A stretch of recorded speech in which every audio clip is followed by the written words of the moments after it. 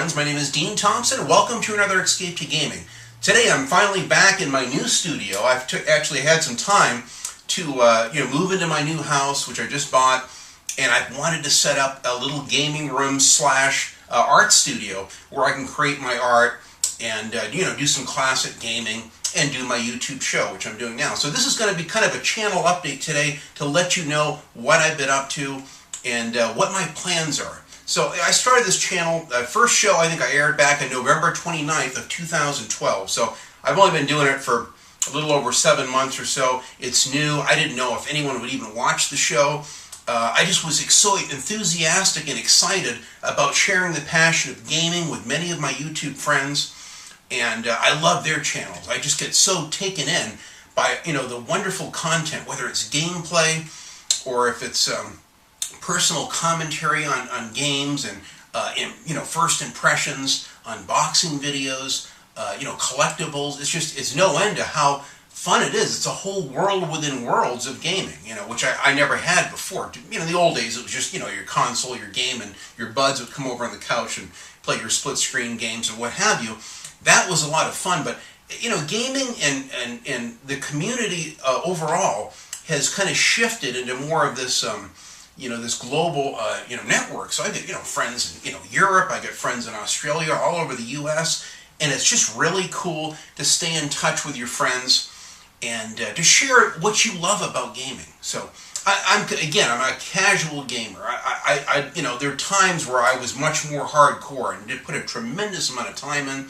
It's a little bit more difficult as you get older. With life and business and a family and all that, you have to kind of make the time and find the time for gaming. Sometimes as you get older, especially, you get really too tired, and the thought of staying up till 11:30 or 2 in the morning or 11:30 at night or whatever for a late night gaming session, you really pay the price heavily the next day when you have to get up at 5 a.m. So quite often my gaming gets cut short. 8:39, I got to kind of shut everything down and kind of get back to reality. But it's what I think about all the time. And one of the things that I wanted to do with the show is, share my reflections as an older gamer that I've been gaming for over 35 years. I was there when the first Pong game came out, and the very first Atari games, and Sears Roebuck had their own version of the Atari 2600. Of course, I begged my parents for one, but it just wasn't in the cards for me at a young age. I kind of came from a fairly poor family.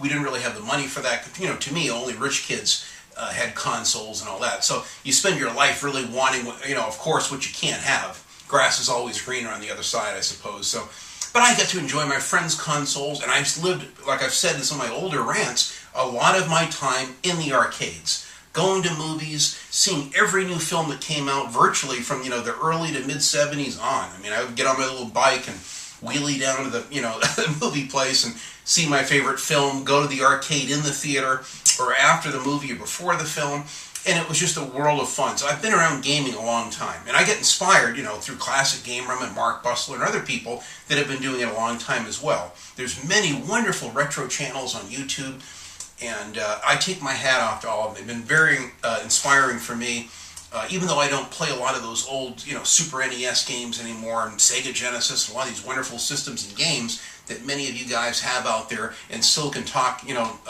about the good old days of playing those games. Some of you still have those consoles, and I'm envious. In fact, I'm in the process right now of finding a little analog TV I'm going to actually have in the corner of my studio here, and then maybe I'll even get a Super NES.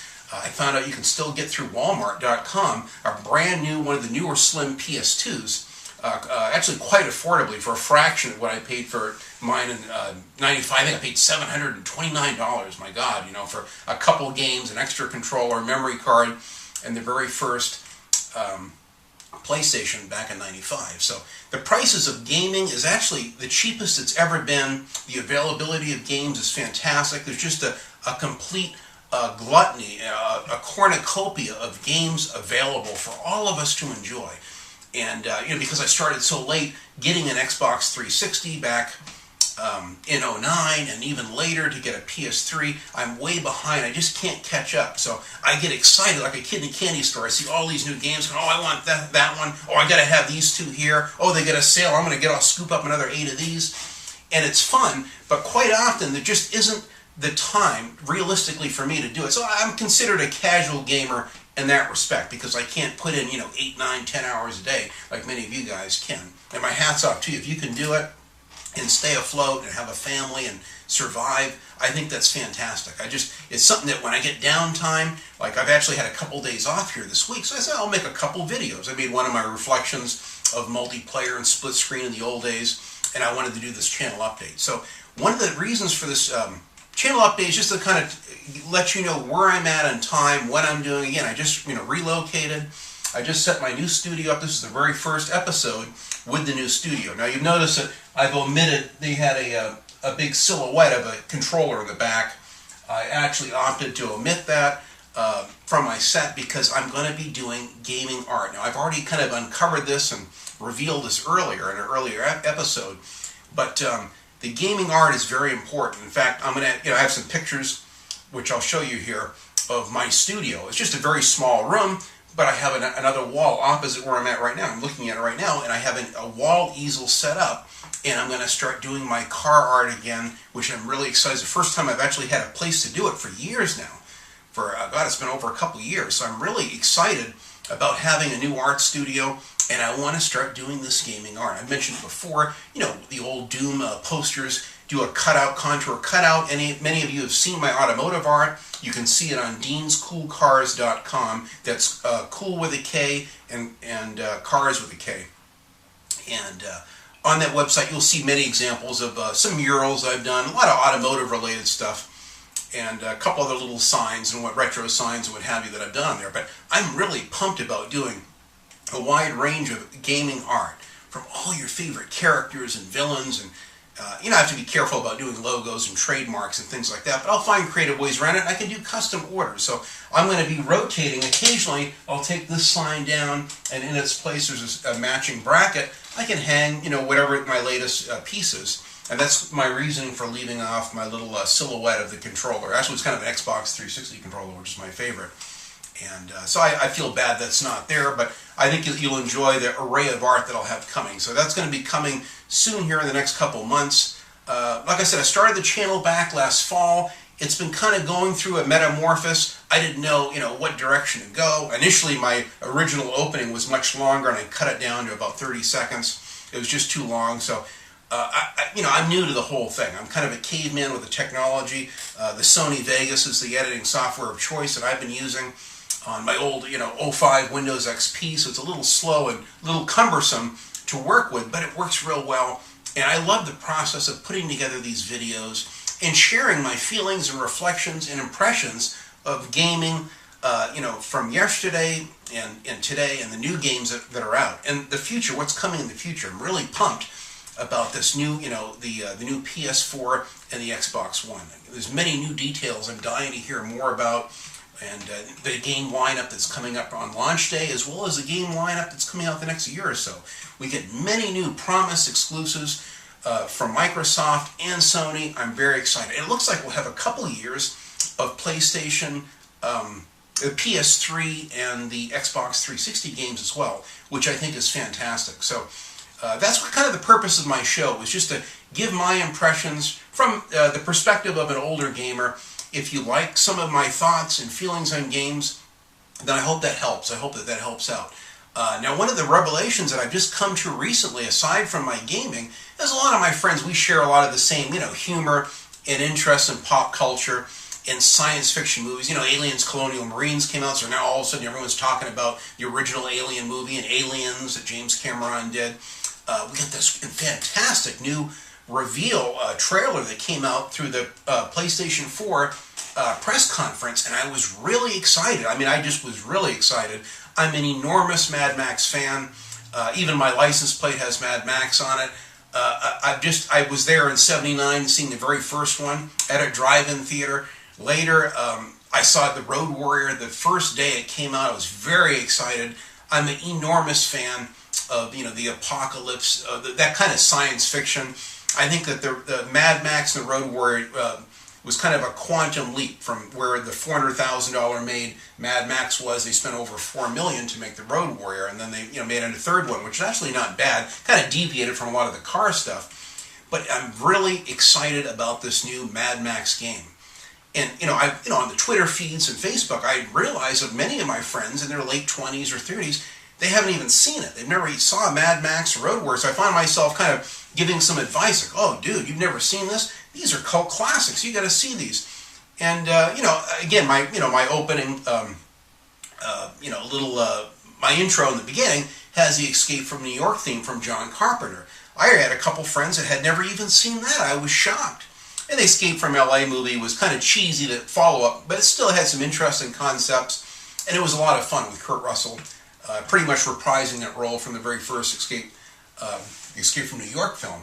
So, I got to thinking, and I said, my God, there's many friends of mine and people out there that really aren't hip to a lot of the cult classics that I take for granted. I mean, I grew up in the 70s and spent a lot of time going to the theaters and going to the arcades on my bike or with my friends and their parents or whatever. And so I lived and saw, Jaws, the first week it was out. I saw Star Wars the first day it was out.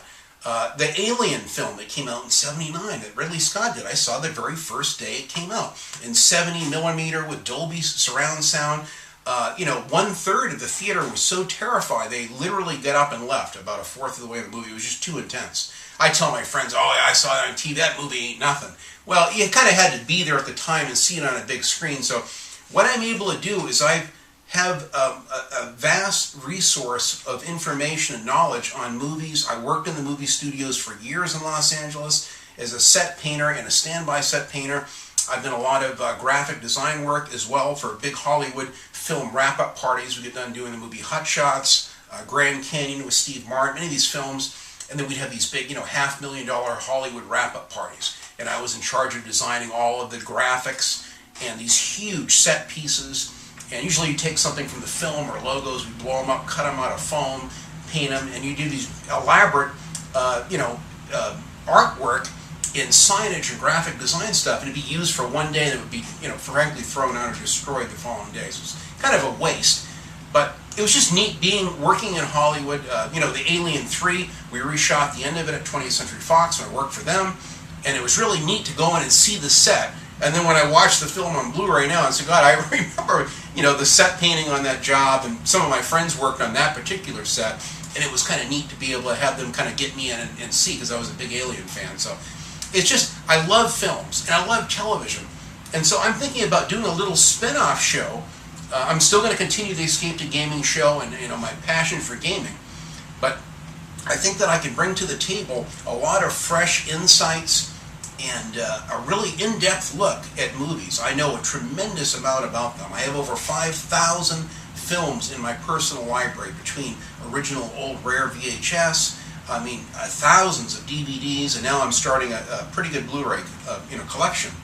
So with my vast knowledge of films and my huge film collection that I have, I want to share that with you, and so you guys could benefit from my years of knowledge. And I've seen a lot of movies. I've seen a lot of bad films, and I've seen some great ones. And some of the ones I've seen 4 and 5 times at the theater. When I first saw Alien, in fact the Alien movie I saw 3 times at the theater. Dawn of the Dead came out also in '79. I saw that probably 5 times at the theater.